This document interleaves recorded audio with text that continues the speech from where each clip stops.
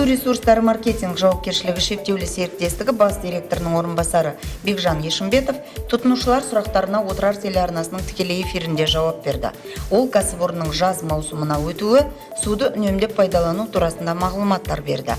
Шымкентте суды орташа тұтыну тәулігіне 175 мың текше метрді құрайды.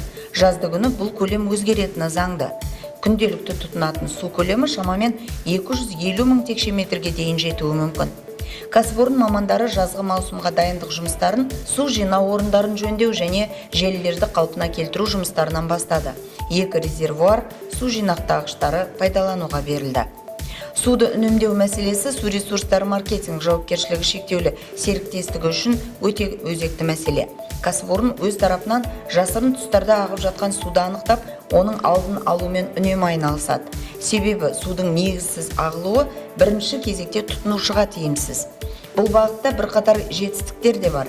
Шымкенттіктердің өзі де суды үнемдеуге үйренген.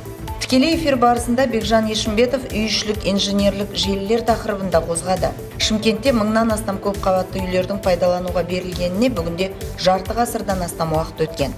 Тиісінше, ондағы ішкі коммуникация жөндеуді қажет етеді. Тозығы жеткен желілердің салдарынан кәсіпорын ұсынатын қызмет сапасының төмендеуі ғажап емес.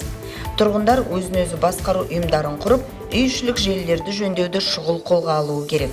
Сумен жабдықтауға және канализацияға байланысты мәселелер туындайтын болса, сіздерден су ресурстары маркетинг компаниясының орталық диспетчерлік қызметіне келесі телефон бойынша хабарласуларыңызды сұраймыз. 321 274 7 708 110 2121. Сондай-ақ кәсіпорынның сайтына және әлеуметтік желілердегі аккаунттарына өз өтініштеріңізді жаза аласыздар.